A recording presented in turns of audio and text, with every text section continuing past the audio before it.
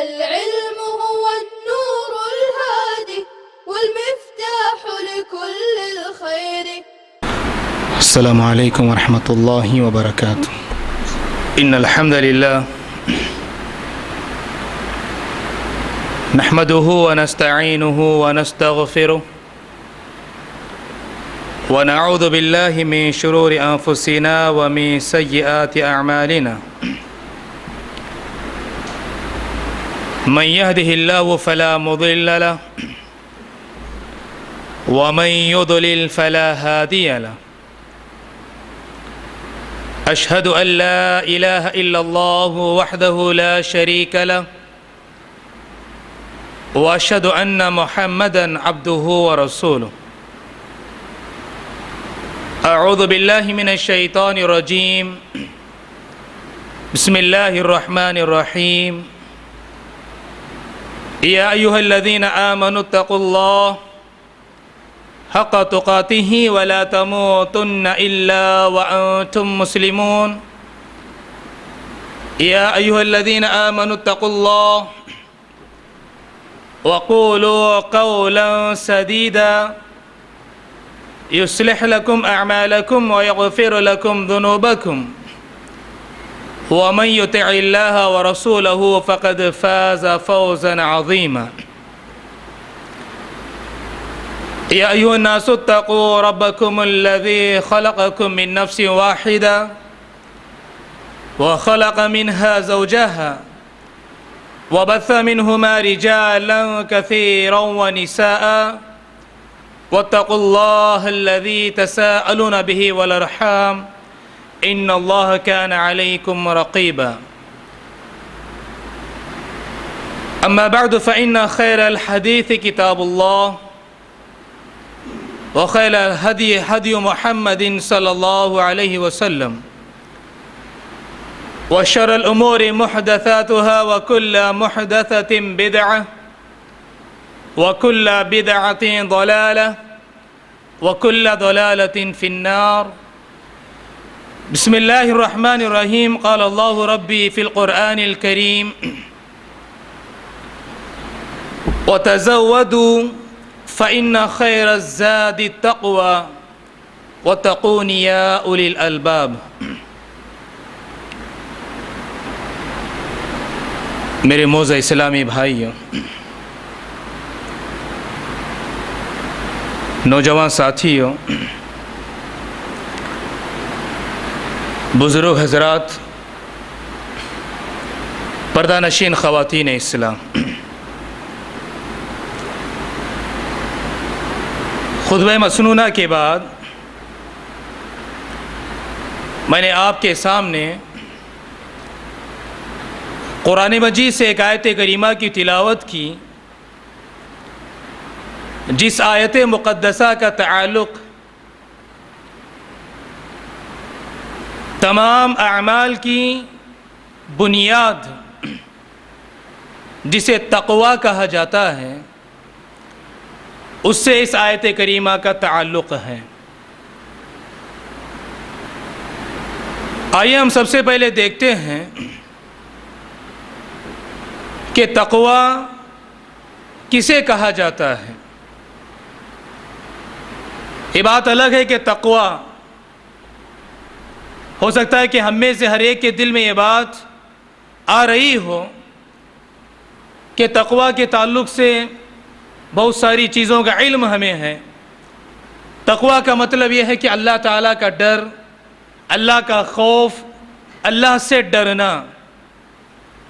لیکن کیا واقعی میں قرآن مجید کی روشنی میں اور نبی صلی اللہ علیہ وسلم کی احادیث مبارکہ میں اور اسلاف کرام کی زندگی میں کیا تقوی صرف یہی معنی تھا یا تقوی کا کوئی اور معنی بھی ہے؟ عموماً ہر کوئی یہ کہتا ہے کہ تقوی کی جب بھی بات آتی ہے کہ اللہ سے ڈرنا، اللہ کا خوف. لیکن اگر ہم قرآن کا مطالعہ کرتے ہیں، نبی صلی اللہ علیہ وسلم کی احادیث کو اگر ہم پڑھتے ہیں، اسلاف کی زندگیوں کو اگر ہم اور آپ دیکھتے ہیں، ہمیں پتہ چلتا ہے کہ تقوی کا ایک معنی یہ ہے کہ اللہ سے ڈرنا، اللہ کا خوف، لیکن اس کے علاوہ اور بھی دوسرے اس کے معنی ہیں۔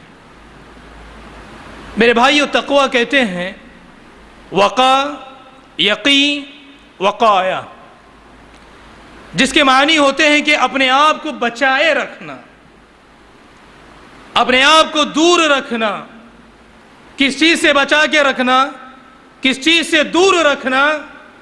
اللہ تعالیٰ نے قرآن میں اور نبی صلی اللہ علیہ وسلم نے احادیث میں بیان فرمایا، اللہ کی ہر اس نافرمانی سے، اللہ کے نبی صلی اللہ علیہ وسلم کی ہر اس نافرمانی سے، جس نافرمانی سے یا جس گناہ سے یا جس برائی سے اللہ رب العالمین نے، اللہ کے نبی صلی اللہ علیہ وسلم نے ہمیں جس سے منع کیا ہے اس سے رک جانا، اور جس برائی کو کرنے سے ہمیں دور رہنے کا حکم دیا ہے اس برائی سے دور رہنا، یہ اس چیز کا نام اصل تقوی ہے۔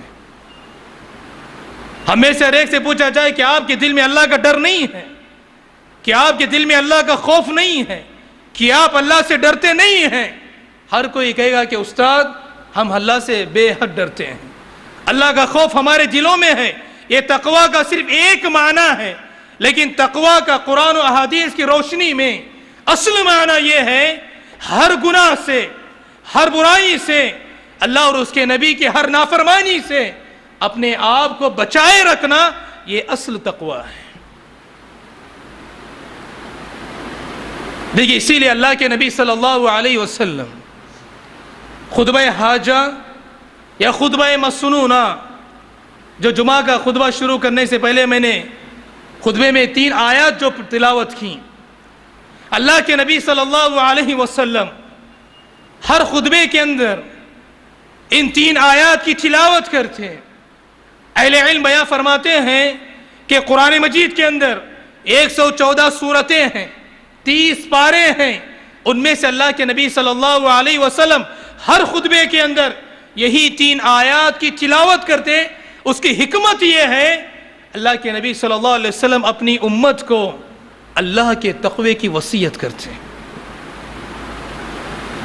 اللہ کا تقوی ایک ایسا جامع عمل ہے، ایک ایسی عظیم عبادت ہے، ایک عظیم ایسی نیکی ہے جس عمل کے اوپر سارے اعمال کی بنیاد ہے۔ اللہ رب العالمین نے قرآن مجید کے اندر بیان فرمایا، یا ایھا الذین آمنوا اتقوا اللہ، اے ایمان والو اللہ سے ڈرتے ہوئے زندگی گزارو۔ یا ایھا الذین آمنوا اتقوا اللہ، اے ایمان والو اللہ سے ڈرتے ہوئے زندگی گزارو۔ کیسے ہم اور آپ کو اللہ سے ڈرنا ہے؟ حق تقاتی، جیسے اللہ تعالیٰ سے ڈرنے کا حق ہے۔ وَلَا تَمُوتُنَّ إِلَّا وَأَنْتُمْ مُسْلِمُونَ، تم نہ مرنا یہاں تک کہ مسلمان بن کر کے۔ پتہ یہ چلا کہ اللہ رب العالمین نے قرآن مجید کی اس آیت کریمہ میں اہل ایمان کو اس بات کی تعلیم دی ہے کہ اللہ سے ڈرتے ہوئے زندگی گزارنا۔ اس آیت کریمہ کو روایت کرتے ہوئے عبداللہ بن مسعود رضی اللہ عنہ کہتے ہیں، قرآن مجید کی اس آیت کریمہ کی تلاوت کے بعد اللہ کے نبی صلی اللہ علیہ وسلم منبر پر جب اس آیت کریمہ کی تلاوت کر رہے تھے تو وہ کہتے ہیں کہ میں نے منبر کو دیکھا، اللہ کے ڈر و خوف سے وہ منبر ہل رہا تھا، مارے ڈر و خوف کے۔ عبداللہ بن مسعود رضی اللہ عنہ اس آیت کریمہ کی تفسیر کرتے ہوئے عبداللہ بن مسعود رضی اللہ عنہ بیان فرماتے ہیں، تقوی اصل کسے کہا جاتا ہے؟ وہ کہتے ہیں کہ ان یطاع فلا یعصى، اللہ رب العالمین کی ہر حال میں اطاعت کی جائے، ولا یعصى، اپنی زندگی کے کسی بھی معاملے میں اللہ رب العالمین کی نافرمانی نہ کی جائے، وَيُذْكَرَ وَلَا يُنْسَى، اللہ رب العالمین کو اپنی زندگی کے ہر حال میں اللہ کو یاد کرتے رہا جائے، وَلَا يُنْسَى، اللہ کو بھولا نہ جائے، وَيُشْكَرْ وَلَا يُكْفَرْ، اور اپنے زندگی کے ہر حال میں اللہ رب العالمین کا شکر بجا لایا جائے اور اللہ رب العالمین کی ناشکری کبھی بھی نہ کی جائے۔ عبداللہ ابن مسعود رضی اللہ عنہ کہتے ہیں کہ یہ اصل تقوی ہے۔ اس آیت کریمہ کی تفسیر کرتے ہوئے وہ بیان فرماتے ہیں تقوی کہا جاتا ہے کہ اللہ کی اطاعت کی جائے، اللہ کی نافرمانی نہ کی جائے، اللہ کو یاد کیا جائے، اللہ کو بھولا نہ جائے، اللہ کا شکر بجایا لایا جائے اور اللہ کی ناشکری نہ کی جائے۔ یہ اصل تقوی ہے۔ تقوی یہ مفہوم نہیں ہے کہ صرف اللہ سے ڈرنے کا نام ہے۔ تقوی اصل یہ ہے کہ انسان اپنے زندگی کے تمام تر معاملات میں اللہ نے جو کرنے کو کہا اس کو کرے۔ اللہ کے نبی نے، اللہ رب العالمین نے جس کام کے کرنے سے میں منع کیا اس سے اپنے آپ کو روک لے، یہ تقوی ہے۔ اور اللہ کو ہمیشہ یاد کیا جائے، ایسا نہ ہو کہ ہم پہ کوئی مصیبت آئی ہے، ہم بیمار ہیں، کسی مصیبت میں ہیں، کسی پریشانی میں مبتلا ہیں، ایسے وقت میں اللہ کو بہت یاد کیا جاتا ہے، لیکن جب وہ مصیبت دور ہو جائے، خوشحالی آ جائے، آرام کی زندگی جینے لگیں، ایسے بہت ہی کم اللہ والے ہوتے ہیں جو اس وقت میں اللہ کو یاد کرتے ہیں۔ ایک بیمار آپ دیکھیں، اٹھتا ہے تو اللہ، بیٹھ رہا ہے تو اللہ، یا رب پرچونے نگ قادر شیکن رب، کتنا انسان ایک اللہ کو یاد کر رہا ہے، کتنا اللہ کا ذکر کرتا ہے۔ وہی جب انسان ایک صحیح سالم ہے، تندرست ہے، ہر بیماری سے اللہ نے اس کو بچائے رکھا ہے، لیکن اللہ رب العالمین کے ذکر سے اس کی زبان کبھی حرکت نہیں کرتی ہے۔ اسی لیے عبداللہ بن مسعود کہتے ہیں اللہ کو ہمیشہ یاد کیا جائے، اللہ کو کبھی بھولا نہ جائے۔ وَيُشْكَرْ وَلَا يُكْفَرْ، اللہ نے جو بھی نعمتیں ہمیں دیا ہے ان نعمتوں پر اللہ کا شکر بجا لائے، اللہ کی شکر گزاری ہو، اللہ کی ناشکری نہ ہو۔ اسی طرح آپ دیکھیں قرآن مجید کی ایک دوسری آیت کریمہ جس میں ہر خطبہ مسنونہ کے اندر یہ آیت تلاوت ہوتی ہے، یا ایھا الذین آمنوا اتقوا اللہ وقولوا قولا سدیدا، اے ایمان والو اللہ سے ڈرتے ہوئے زندگی گزارو۔ وقولوا قولا سدیدا، جب بھی کوئی بات کرنا ہے تو صاف اور سیدھی بات کرو۔ فائدہ کیا ہوگا؟ یصلح لکم اعمالکم، یصلح لکم اعمالکم، اللہ سے ڈرتے ہوئے اگر زندگی گزارو گے، اللہ سے ڈرتے ہوئے زندگی جیو گے، اللہ تمہارے اعمال کی اصلاح کرے گا۔ یصلح لکم اعمالکم ویغفر لکم ذنوبکم، اللہ تمہارے گناہوں کو بخش دے گا، معاف کر دے گا۔ ویغفر لکم ذنوبکم ومن یطع اللہ ورسولہ فقد فاز فوزا عظیما، جو اللہ اور اس کے رسول کی اطاعت کرتا ہے یہی اصل کامیابی ہے، وہی انسان کامیاب ہے۔ اس آیت کریمہ میں بھی اللہ تعالیٰ نے ایمان والوں کو تقوی کا پیغام دیا، اور آخری تیسری جو آیت ہوتی ہے اس میں اللہ رب العالمین نے کہا یا ایھا الناس۔ دو آیات میں اللہ تعالیٰ نے اہل ایمان سے خطاب کیا، جو مومن ہے، مومنوں سے اللہ نے کہا اللہ سے ڈرتے ہوئے زندگی گزارو۔ اس کے بعد اللہ تعالیٰ نے سارے انسانوں سے کہا یا ایھا الناس اتقوا ربکم الذی خلقکم من نفس واحدہ وخلق منها زوجها وبث منهما رجالا كثيرا ونساء واتقوا الله الذي تساءلون به والارحام ان الله كان عليكم رقيبا۔ اے انسان، اے لوگوں، اس رب سے ڈرتے ہوئے زندگی گزارو جس نے تمہیں پیدا کیا، جس رب نے تمہیں پیدا کیا ہے، اس رب سے ڈرتے ہوئے زندگی گزارو۔ یہ اللہ رب العالمین نے اس تیسری آیت میں ساری انسانیت کو اللہ سے ڈرتے ہوئے زندگی گزارنے کا حکم دیا۔ تو بتانا مقصد ہے میرے بھائیوں، اللہ کے نبی صلی اللہ علیہ وسلم اپنے ہر خطبے کے اندر ان تین آیات کی ضرور تلاوت کرتے، اور حدیث میں بھی آتا ہے اللہ کے نبی صلی اللہ علیہ وسلم جب اپنے صحابہ کو وعظ و نصیحت کرتے، جب انہیں وعظ و نصیحت کرنا ہوتا، اللہ کے نبی صلی اللہ علیہ وسلم سب سے پہلے اللہ کے نبی انہیں نصیحت یہ کرتے اوصیکم بتقوی اللہ، میں تمہیں اللہ کے تقوی اختیار کرنے کی وصیت کرتا ہوں۔ یہ اللہ کے نبی صلی اللہ علیہ وسلم کی صحابہ کو پہلی نصیحت ہوا کرتی،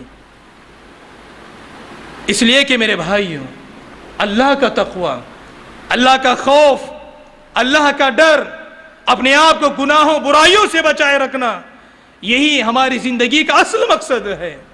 یہی وجہ ہے کہ امام غزالی رحمہ اللہ وہ کہا کرتے تھے اگر کوئی انسان اللہ کا خوف چاہتا ہے, اللہ سے ڈرنا چاہتا ہے اور اللہ کے عذاب سے بچنا چاہتا ہے, اس کے لیے ضروری ہے کہ وہ اپنے جسم کے 5 اعضاء کو ہر گناہ سے, ہر برائی سے بچا کے رکھے.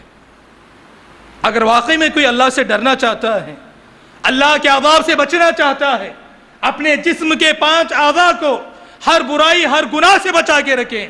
وہ کہتے ہیں کہ الاذن, اپنے دونوں کانوں کو, اسی طرح العین, اپنی دونوں آنکھوں کو, اور وہ کہتے ہیں کہ اللسان, اپنی زبان کو, القلب, اپنے دل کو, اس کے بعد وہ کہتے ہیں کہ البطن, اپنے پیٹ کو.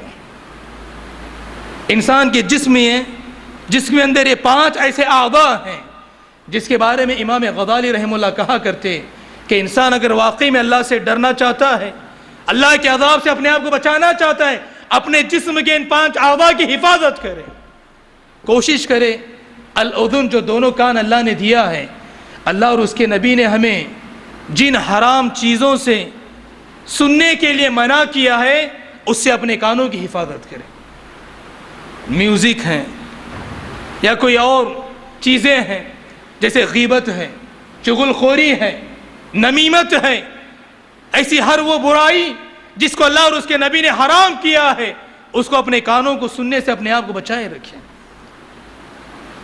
والعین, اپنی دونوں آنکھوں کو اللہ اور اس کے نبی نے جس نافرمانی کو دیکھنے سے ہمیں رکنے کا حکم دیا ہے, اپنے دونوں آنکھوں کی اس کی حفاظت کریں. اسی طرح اللسان, اپنی زبان, اللہ اور اس کے نبی نے ہر اس برائی سے, چاہے وہ جھوٹ بولنا ہو, کسی کی غیبت کرنا ہو, کسی پر بہتان لگانا ہو, یا گالی گلوچ کا استعمال کرنا ہو, کوئی بھی ایسی برائی جو انسان اپنی زبان سے ادا کر سکتا ہے, امام غزالی رحمہ اللہ کہتے ہیں اپنی زبان کو ہر گناہ سے بچا کے رکھیں. اس کے بعد وہ کہتے ہیں کہ القلب, انسان کا جو دل ہے بری خواہشات سے, بری نفسانی خواہشات سے, گناہ کرنے کی خواہشات سے اپنے دل کو بچائے رکھے. اس کے بعد وہ کہتے ہیں کہ البطن, اپنے پیٹ کو, حرام جو مال ہے, حرام جو رزق ہے, حرام کھانا اور پینا ہے جس کو اللہ اور اس کے نبی نے حرام کیا ہے, اس کو اپنے پیٹ کو بچائے رکھے. کہتے ہیں کہ یہ اصل تقویٰ ہے. آج انسان دیکھیں انہی 5 چیزوں کے معاملات میں سب سے زیادہ غفلت اور لاپرواہی کا شکار ہمیں نظر آتا ہے. کان سے بھی برائی کر رہا ہے, آنکھوں سے برائی دیکھ رہا ہے, آج زبان سے برائی کہہ رہا ہے, دل میں برے خیالات آتے ہیں, گناہ کرنے کے خیالات اس پہ کر بھی لیتا ہے, اور حلال حرام کی تمیز کیے بغیر اپنے پیٹ میں لقمہ ڈال بھی رہا ہے. امام غزالی کہتے ہیں اپنے جسم کے ان 5 اعضاء کو ہر برائی سے, ہر گناہ سے بچا کے رکھیں. اور اسی طرح سہل بن عبداللہ رحمہ اللہ کہتے ہیں من اراد ان تسیع له تقوی فلیترک الذنوب کلها. سہل بن عبداللہ رحمہ اللہ کہتے ہیں ایک انسان اگر یہ چاہتا ہے کہ واقعی میں وہ متقی بن جائے, اللہ سے ڈرنے والا بن جائے, اس کے لیے ضروری ہے کہ سارے کے سارے گناہوں کو وہ چھوڑ دے. یہ اصل تقوی ہے. انسان کا ہر برائی کو, ہر گناہ کو, اللہ اور اس کے نبی کی ہر نافرمانی کو چھوڑ دینا, یہ اصل تقوی ہے. اسی لیے اللہ کے نبی صلی اللہ علیہ وسلم کے داماد علی بن ابی طالب رضی اللہ عنہ تقوی کی تعریف کرتے بیان فرماتے ہیں التقوی ہی الخوف من الجلیل. وہ کہتے ہیں کہ اللہ رب العالمین سے ڈرنے کا نام تقوی ہے. والعمل بالتنزیل, اللہ نے جو قرآن و حدیث کو نازل کیا ہے اس پر عمل کرنا یہ تقوی ہے.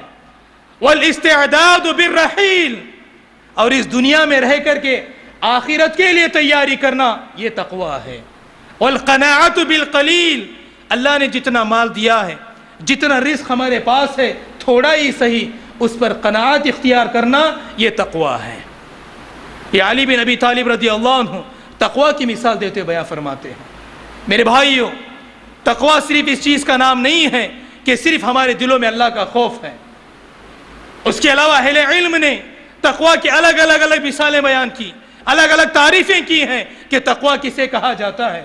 عبداللہ بن مسعود نے الگ کہا، علی رضی اللہ عنہ الگ کہتے ہیں، اس کے علاوہ دیگر اور اسلاف تقوی کی الگ الگ تعریف ہمارے سامنے بیان کرتے ہیں۔ بتانے کا مقصد ہے میرے بھائیو، تقوی اللہ سے ڈرتے ہوئے زندگی گزارنے کا نام ہے۔ اللہ سے ڈرتے زندگی گزارنا مقصد یہ ہے کہ انسان اللہ اور اس کے نبی کی ہر نافرمانی سے، ہر گناہ سے، ہر برائی سے اپنے آپ کو بچائے رکھنا، یہ اصل تقوی ہے۔ ہم اسلاف کی زندگیوں کو دیکھتے ہیں، کچھ مثالیں میں آپ کے سامنے اسلاف کی زندگیوں سے رکھنا چاہتا ہوں۔ ہو سکتا ہے کہ ان مثالوں کو سننے کے بعد ہمارے دلوں کے اندر بھی اللہ کا واقعی میں جو تقوی، جو خوف ہے، وہ پیدا ہو جائے۔ اللہ کے نبی صلی اللہ علیہ وسلم کے ایک صحابی ہیں، ابو بکر صدیق رضی اللہ عنہ۔ ان کی زندگی کا جب ہم مطالعہ کرتے ہیں کہ ان کے زندگی کے اندر اللہ کا تقوی کیسے پایا جاتا، یہ کیسے اللہ سے ڈرتے، کتنا خوف اللہ کے ان کے دل کے اندر تھا۔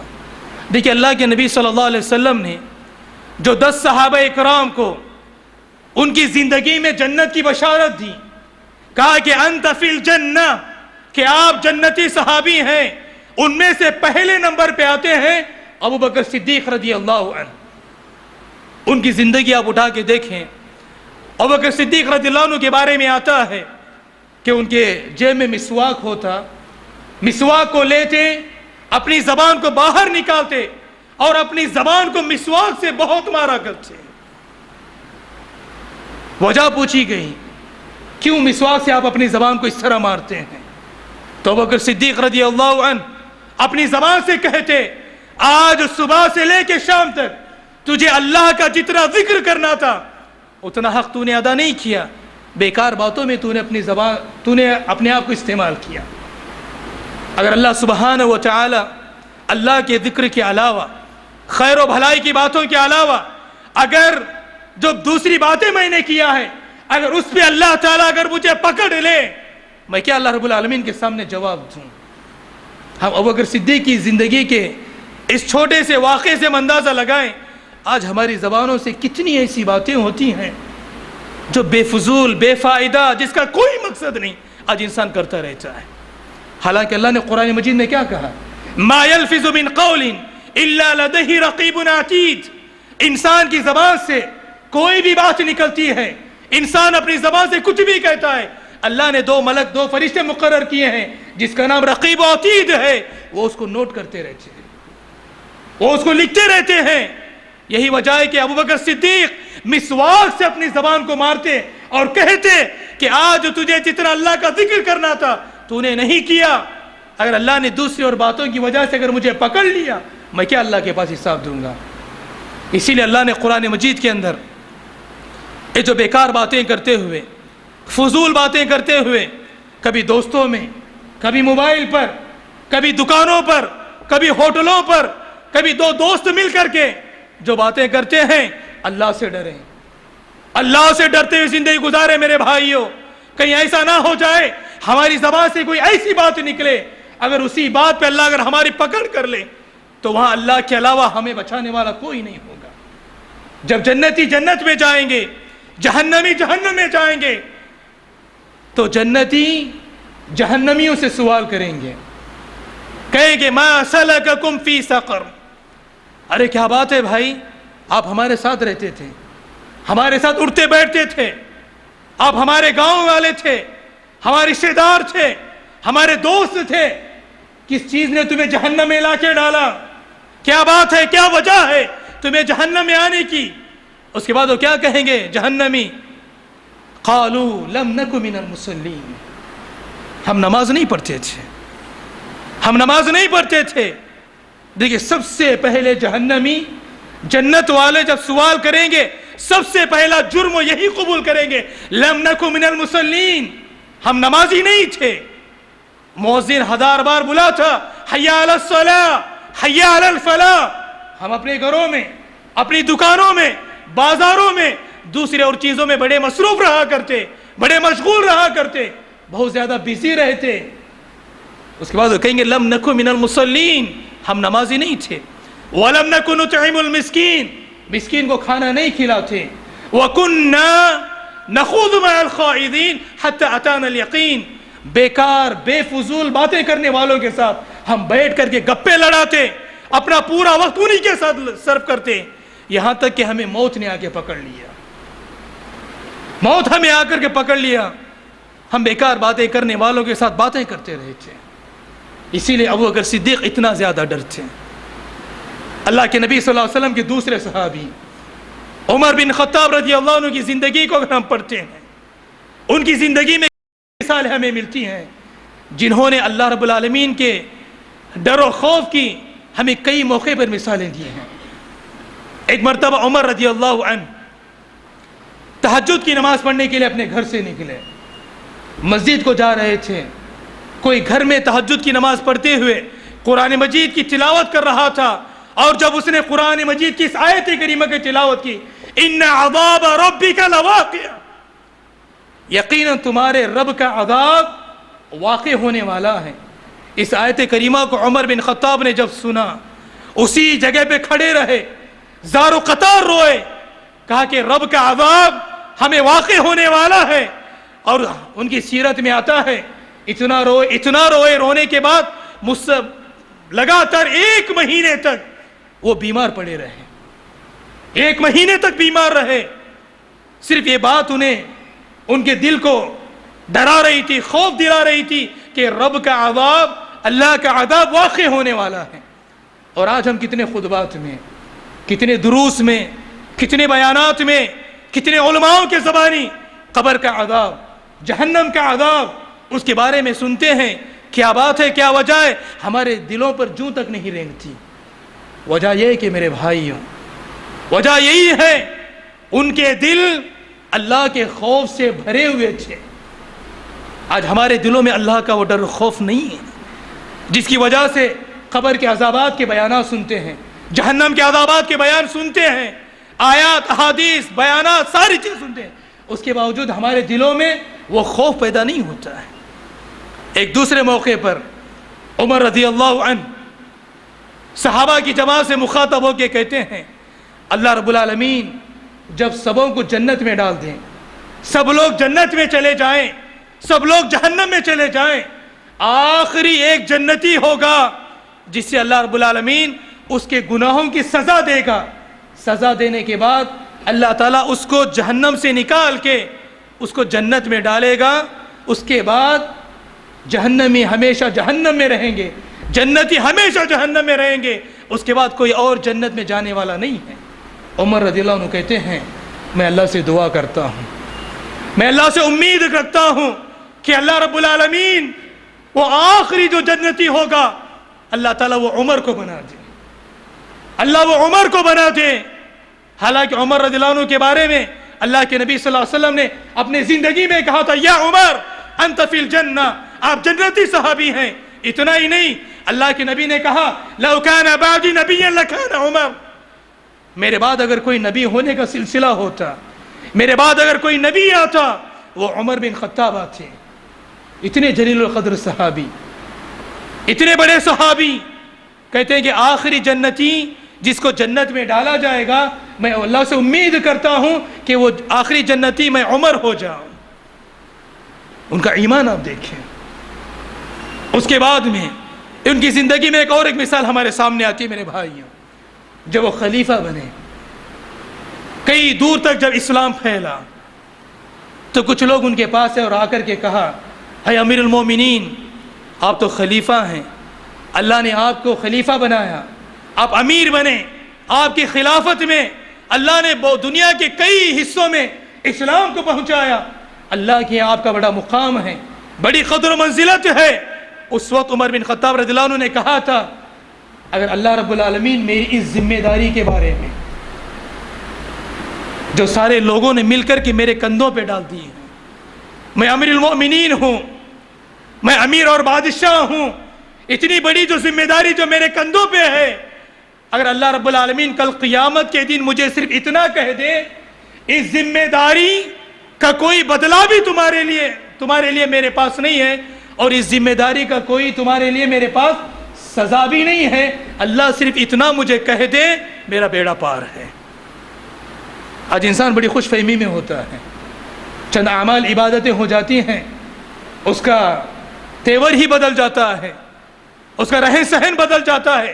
عمر بن خطاب رضی اللہ عنہ، جن کی حکومت میں دنیا کے اکثر ممالک میں اسلام پہنچا، وہ کہتے ہیں اللہ میری ذمہ داری کے بارے میں صرف مجھے یہ کہہ دے، اس کا انعام اور بدلہ بھی کچھ نہیں ہے تیرے لیے، اور اس ذمہ داری میں اگر تو نے کچھ کوتاہی کی ہے اس کی سزا اور پکڑ بھی تیرے لیے کچھ بھی نہیں ہے، اگر اللہ بس مجھے اتنا کہہ دے میرے لیے کافی ہے۔ یہ عمر رضی اللہ عنہ کی زندگی کی مثال ہے میرے بھائیوں۔ اسی طرح ایک صحابی کو آپ دیکھیں، احنف بن قیس رضی اللہ عنہ، ان کی زندگی کے اندر اللہ رب العالمین کا ڈر و خوف، آخرت کا خوف، ان کے دلوں میں تقوی کس طرح پایا جاتا۔ رات کا وقت ہوتا، احنف بن قیس رضی اللہ عنہ چراغ کو جلاتے، ہم لوگ کینڈل وغیرہ اس کو جلاتے اور اپنے ہاتھ کی انگلی کو اس میں جلاتے، اتنی دیر تک اس اپنی انگلی کو جلاتے جب تک کہ اس کی گرمی اپنے ہاتھ کے اندر محسوس نہ کرتے۔ جیسے انگلی میں گرمی کو محسوس کرتے، ہاتھ نکالتے، اس کے بعد اپنے آپ سے مخاطب ہو کے کہتے اے احنف بن قیس، اے احنف بن قیس، دنیا کی جو آگ ہے اس آگ کی گرمی کو تم برداشت نہیں کر پا رہے ہو، اللہ سے ڈرتے ہوئے زندگی گزارنا۔ اے احنف، اللہ سے ڈرتے ہوئے زندگی گزارنا، زندگی کے ہر معاملات میں، ہر معاملے میں، ہر وقت، ہر پل اللہ سے ڈرتے ہوئے زندگی جینا، اس لیے کہ دنیا کی آگ کے مقابلے میں جہنم کی آگ 69% زیادہ گرمی ہے۔ دنیا کی آگ تم برداشت نہیں کر پا رہے ہو، جہنم کی آگ کیسے برداشت کر پاؤ گے؟ نہیں برداشت کر پاؤ گے، اسی لیے اللہ سے ڈرتے ہوئے زندگی گزارنا۔ یہ اپنے آپ سے مخاطب ہو کے احنف بن قیس رضی اللہ عنہ کہتے ہیں۔ میرے بھائیوں، یہ 2-3 مثالیں میں نے آپ کے سامنے رکھی، بتانے کا مقصد یہ ہے میرے بھائیوں، اسلاف کی زندگیوں میں اس درجے کا اللہ کا ڈر و خوف پایا جاتا۔ اتنا ہی نہیں، اللہ کے نبی صلی اللہ علیہ وسلم کے ایک صحابی ہیں سعید بن عامر رضی اللہ عنہ، عمر بن خطاب رضی اللہ عنہ جب خلیفہ بنے، انہوں نے حمص کے اندر سعید بن عامر رضی اللہ عنہ کو وہاں کا گورنر مقرر کیا، حمص کا۔ اور عمر رضی اللہ عنہ اس طرح جب پورے رعایا کا چکر لگا رہے تھے، چکر لگاتے عمر رضی اللہ عنہ جب خلیفہ تھے، حمص جا کے پہنچتے ہیں۔ وہاں پہنچنے کے بعد وہاں کے جو لوگ ہوتے ہیں وہاں کے لوگوں کو اکٹھا کرتے ہیں اور وہاں کے لوگوں سے پوچھتے ہیں تمہارا گورنر کیسا ہے؟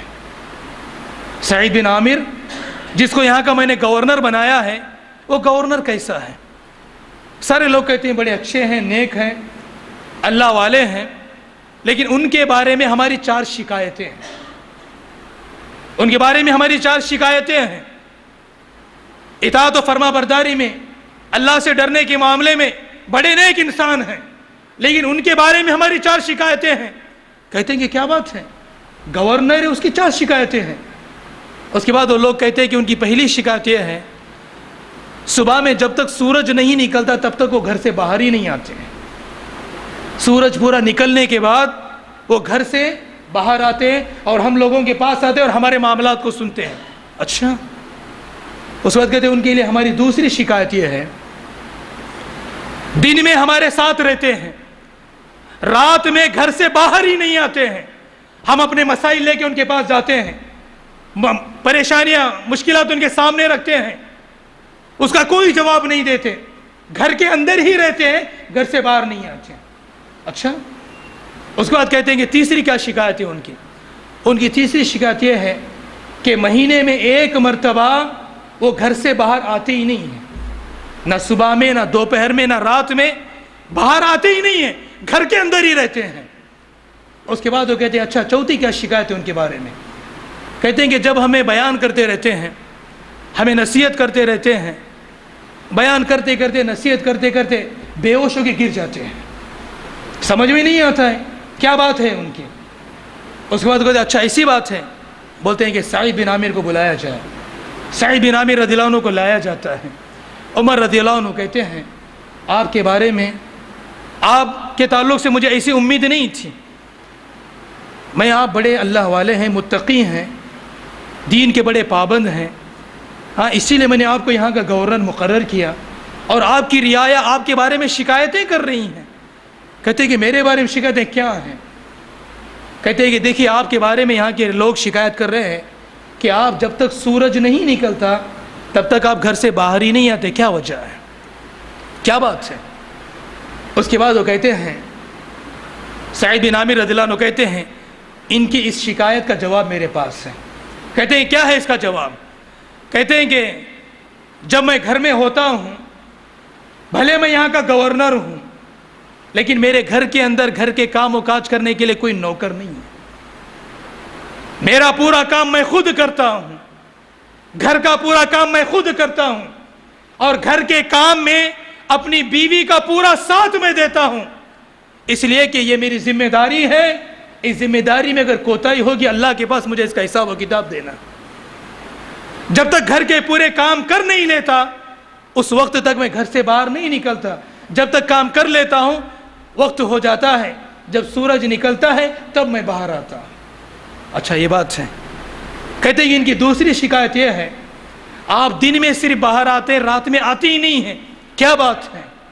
اس کے بعد سعید بن عامر رضی اللہ عنہ کہتے ہیں دن میں اپنا پورا وقت میں انہی لوگوں کے لیے دے دیتا ہوں، اپنا پورا وقت دن میں انہی لوگوں کے لیے دے دیتا ہوں، اور رات کا پورا جو وقت ہے اللہ کی عبادت کے لیے، اللہ کے لیے میں وقت دیتا ہوں۔ دن میں پورا وقت میرا انہی کے لیے چلا جاتا ہے، رات کا جو وقت ہے وہ رات کا وقت اپنے لیے اور اللہ کی عبادت کے لیے اپنا پورا وقت میں لگاتا ہوں، اسی لیے میں رات میں باہر نہیں آتا۔ اس کے بعد وہ کہتے ہیں کہ تیسری شکایت ان کی یہ ہے کہ آپ مہینے میں باہر ہی نہیں آتے ایک دن، کیا وجہ ہے؟ اس وقت سعید بن عامر رضی اللہ عنہ کہتے ہیں اے امیر المومنین، میں بھلے یہاں کا گورنر ہوں لیکن میرے پاس پہننے کے لیے صرف یہی ایک جوڑا کپڑا ہے، اس کے علاوہ میرے پاس کوئی دوسرا اور کپڑا نہیں ہے، اسی لیے مہینے میں ایک مرتبہ اس کپڑے کو نکال کے میں دھلتا ہوں، اس کو سکھاتا ہوں، اس کے بعد میں اسی کپڑے کو پہن کے دوسرے دن میں باہر نکلتا ہوں۔ یہ سعید بن عامر رضی اللہ عنہ کہتے ہیں۔ اس کے بعد وہ کہتے ہیں کہ آپ کے بارے میں چوتھی شکایت یہ ہے آپ بیان کرتے ہوئے درس دیتے ہوئے بے ہوش ہو کے گر جاتے ہیں، کیا وجہ ہے؟ کہتے ہیں کہ اے امیر المومنین، میں نے جب اسلام قبول نہیں کیا تھا اس وقت میں نے اپنے آنکھوں کے سامنے آپ کے ایک جلیل القدر صحابی خبیب بن عدی رضی اللہ عنہ کو اپنی آنکھوں کے سامنے کفار و مشرکین ان کے جسم کے ٹکڑے، جسم کے حصے کو کاٹ رہے تھے، میں اپنی آنکھوں سے اس کو دیکھ رہا تھا، لیکن اس وقت میں ان کی مدد کے لیے نہیں گیا، اور وہ لوگ خبیب بن عدی سے کہہ رہے تھے اگر ہم جو تمہیں سزائیں دے رہے ہیں، اگر اس سزا سے اگر تمہیں بچنا ہے اسلام کو چھوڑ دو، اور یہ کتنا بہتر ہوگا کہ اس جگہ پہ محمد ہو جائیں اور تم اپنے گھر میں بیوی بچوں کے ساتھ آرام سے رہو۔ اس وقت خبیب کہہ رہے تھے اللہ کے نبی اس مقام پہ ہونا تو الگ بات ہے، اللہ کے نبی کے پیر میں اگر کانٹا بھی چبھ جائے جس سے اس کو تکلیف ہو وہ تکلیف بھی ہمیں برداشت نہیں ہے۔ اس موقع پہ خبیب بن عدی رضی اللہ عنہ کے جسم سے ان کے حصے کو وہ کاٹ رہے تھے، وہاں پہ میں کھڑا تھا دیکھ رہا تھا یہ منظر۔ اس وقت خبیب بن عدی کہہ رہے تھے اللہم احصیہم عددا، اے اللہ تعالیٰ جتنے بھی لوگ مجھے جو تکلیف دے رہے ہیں ان سب کو تو گن کے رکھنا، وقتلہم بددا، انہیں ایک ایک کر کے قتل کرنا، ولا تبقی منہم احدا، ان میں سے ایک کو بھی باقی نہ چھوڑنا۔ یہ خبیب بن عدی کہہ رہے تھے اور ان کی مدد کے لیے میں نہیں گیا، بس یہ چیز جب بھی میں یاد کرتا ہوں بے ہوش ہو کے گرتا ہوں، اس لیے کہ اللہ رب العالمین اسی ایک غلطی کو اگر کل قیامت کے دن مجھے پکڑ لیا، اسی ایک غلطی کو میری پکڑ لیا، میں اللہ رب العالمین کے یہاں کیا جواب دے سکوں گا؟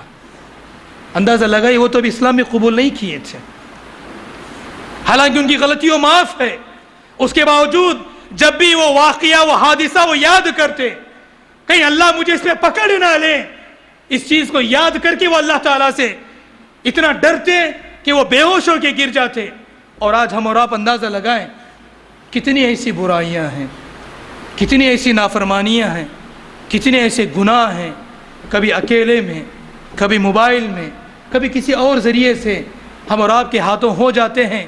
اس کے باوجود ہمارے دلوں میں کبھی بھی اس طرح کا ڈر و خوف کہ اللہ رب العالمین اس غلطی پہ ہمیں پکڑ لے گا، ہمیں پوچھ لے گا، ہم سے سوال کرے گا، کیا ہوگا، اس کے بارے میں ڈر و خوف نہیں ہے۔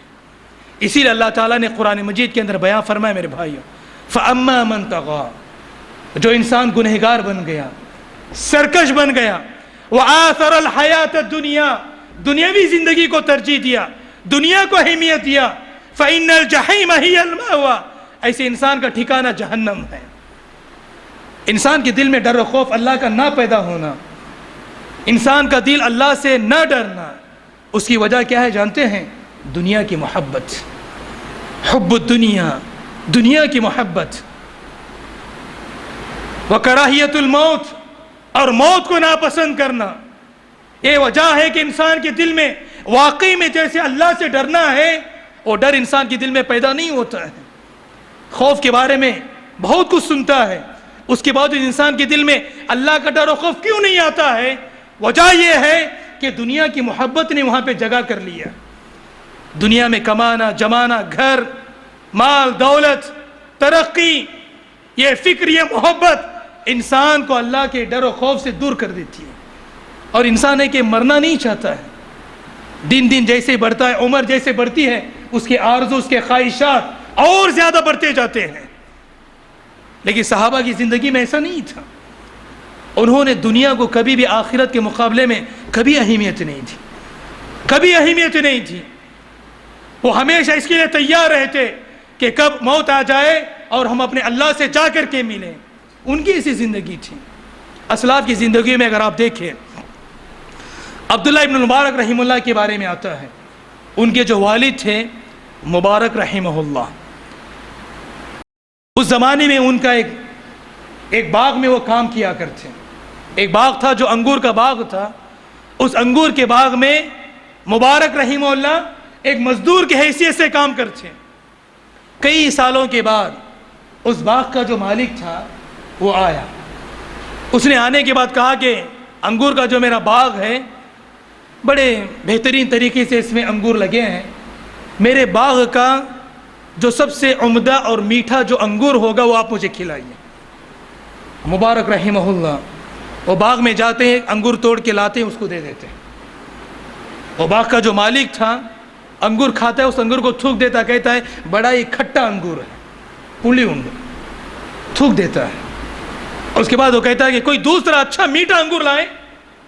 مبارک رحمہ اللہ جاتے ہیں، دوسرا انگور لاتے، پھر دیتے ہیں، پھر وہ کھاتا ہے، کہتا ہے کھٹا ہے، تھوک دیتا ہے۔ کہتا ہے کہ جائے اور دوسرا لے کے آئے۔ تیسری مرتبہ مبارک رحمہ اللہ جاتے ہیں اور جا کر کے انگور لاتے ہیں، اس کو دیتے ہیں، وہ بھی کھٹا رہتا ہے، تھوک دیتا ہے۔ اس کے بعد وہ کہتا ہے اتنے سال ہو گئے، اتنے سالوں سے میرے انگور کے باغ میں آپ مزدوری کر رہے ہیں، باغبانی کر رہے ہیں، اتنے سالوں سے آپ اس باغ میں ہیں، کام کر رہے ہیں، آپ کو اتنے سالوں میں آپ کو اتنی تمیز نہیں ہوئی ہے کہ میرے باغ کا کون سا انگور کھٹا ہے، کون سا میٹھا ہے۔ اس کے بعد مبارک رحمہ اللہ کہتے ہیں اے میرے مالک، آپ نے اپنے باغ میں مجھے کام کرنے کے لیے رکھا ہے، آپ کی اجازت کے بغیر آپ کے باغ کے انگور کھانے کے لیے نہیں رکھا ہے۔ آپ نے اپنے باغ میں مجھے محنت و مزدوری کرنے کے لیے رکھا ہے۔ مجھے کیسے معلوم، مجھے کیسے پتا چلے کہ آپ کے باغ میں کون سا کھجور، کون سا انگور میٹھا ہے، کون سا انگور کھٹا ہے؟ میں کیسے بتا سکتا ہوں؟ حالانکہ آپ کی اجازت کے بغیر، آپ دیکھیں یا نہ دیکھیں، لیکن میرا اللہ مجھے دیکھ رہا ہے۔ اتنے سالوں میں میں نے آپ کی اجازت کے بغیر آپ کے باغ سے ایک انگور بھی نکال کے میں نے کھا کے چکے نہیں دیکھا ہے۔ یہ اصل اللہ کا تقوی ہوتا ہے، یہ اصل اللہ سے ڈرنا ہے، اس کو اللہ کا تقوی کہا جاتا ہے۔ کوئی دیکھے یا نہ دیکھے، لیکن ہمارا رب ہمیں دیکھ رہا ہے۔ یہی وجہ ہے کہ عمر رضی اللہ عنہ، مشہور واقعہ ہے، آپ نے بار بار اس کو سنا ہوگا، جب رات میں اپنے رعایا کے چکر لگانے کے لیے نکلے، دیکھتے ہیں کہ ایک گھر کے اندر سے آواز آتی ہے، ایک ماں اور بیٹی کی۔ ماں کہتی ہے کہ دودھ میں پانی ملاؤ، بیٹی کہتے کہ میں دودھ میں پانی نہیں ملاؤں گی، اس لیے کہ خلیفہ عمر بن خطاب نے دھوکہ دے کے بزنس اور تجارت کرنے سے ہمیں منع کیا ہے۔ اس کے بعد ماں کہتی ہے کہ ارے عمر تو کہا ہے لیکن وہ اپنے گھر میں سویا ہوگا، بھلے وہ تھوڑی ہمیں دیکھ رہا ہے، ہم رات میں ملائیں صبح بیچ دیں۔ اس کے بعد وہ بیٹی کیا کہتی ہے، عمر ہمیں دیکھے یا نہ دیکھے، ہمیں یا کوئی دیکھے یا نہ دیکھے، لیکن ساری کائنات کو پیدا کرنے والا جو رب جو عرش پر بیٹھا ہوا ہے وہ ہمیں دیکھ رہا ہے۔ یہ خوف اللہ کا ہونا چاہیے۔ یہی وجہ ہے کہ مبارک رحمہ اللہ کا جو عمل تھا، اپنے باپ کو جب اللہ کا اس طرح ڈرتا ہوں انہوں نے پایا، بیٹا بھی ایسا ہی تھا۔ آخری بات کہہ کے بات ختم کرتا ہوں۔ ان کے بیٹے جو مبارک رحمہ اللہ تھے، عبداللہ ابن مبارک رحمہ اللہ، اپنے والد نے جب اللہ کا خوف اس طرح انہوں نے پایا، جب یہ علم حاصل کرنے کے لیے ایک علاقے ایک گاؤں گئے، وہاں وہ علم حاصل کرتے رہے، کسی چیز کو لکھنے کے لیے اپنے دوست سے قلم کو مانگا، ان کے دوست نے انہیں قلم دیا، لکھنے کے بعد قلم واپس کیا، سفر سے لوٹ کے گھر تک پہنچنے والے تھے، دیکھا کہ اس قلم کا جو ٹاپ ہے ان کے ہاتھ میں باقی تھا، صرف ٹاپ، قلم کا جو ٹاپ جو ہوتا ہے کیپ ان کے ہاتھ میں باقی تھا۔ گھر کو قریب تھا، سفر سے لوٹنے کے بعد وہاں سے دوبارہ لوٹ کر کے صرف وہ کیپ اس کو پہنچانے کے لیے دوبارہ سفر طے کر کے جا کے انہیں لوٹا کے آتے ہیں۔ یہ اللہ کا ڈر و خوف میرے بھائیوں۔ حقوق کے معاملے میں کس کا حق ہے؟ جس کا حق تھا اس کو لوٹانے کے لیے دوبارہ سفر سے طے کر کے جا کے وہ صرف کیپ اس کو لوٹا کے آتے ہیں۔ تو یہ ساری جو کچھ مثالیں صحابہ کی زندگی سے، اسلاف کی زندگی سے میں نے آپ کے سامنے رکھا ہے، بس بتانا مقصد ہے میرے بھائیوں، ان کے زندگیوں میں واقعی میں اللہ کا ڈر و خوف اس طرح پایا جاتا۔ ہمارے لیے بھی ضروری ہے۔ رمضان کے مہینے میں ہمارے دلوں کی کیفیت کچھ الگ تھی۔ عام سے عام اللہ کا بندہ بھی روزے کی حالت میں اللہ سے ڈرتے ہوئے زندگی گزارا۔ اس کے دل میں ڈر تھا، روزہ پکڑا ہوں، روزے کی حالت ہے، مجھے گناہ نہیں کرنا ہے، برائی نہیں کرنا ہے، برائی سننا نہیں ہے، برائی دیکھنا نہیں ہے۔ رمضان کے مہینے میں اس کی دلی کیفیت الگ تھی، لیکن وہی دل میں جو ڈر و خوف تھا، جو اللہ کا ڈر، اللہ کا خوف، گناہوں سے برائیوں سے بچے رہنا، اس چیز کو باقی رکھیں۔ مرتے دم تک اللہ کا خوف اپنے دلوں میں پیدا کریں، ہر گناہ سے، ہر برائی سے اپنے آپ کو بچائے رکھیں۔ یہ اصل تقویٰ ہے۔ اللہ سے میری دعا ہے کہ اللہ سبحانہ و تعالی خوف کے تعلق سے جتنی باتیں میں نے کہا ہے، اللہ تعالیٰ سب سے پہلے مجھے اللہ تعالیٰ سے ڈرنے والا بندہ بنائے۔ اللہ تعالیٰ ہم تمام کو اپنی زندگی کے ہر معاملات میں، ہر پل، ہر لمحہ اللہ سے ڈرتے ہوئے اللہ ہمیں زندگی گزارنے کی توفیق عطا فرمائے۔ آمین۔ تقبل رب العالمین۔ سبحانک اللہ بحمدک، اشہد ان لا الہ الا انت، استغفرک و اتوب الیک۔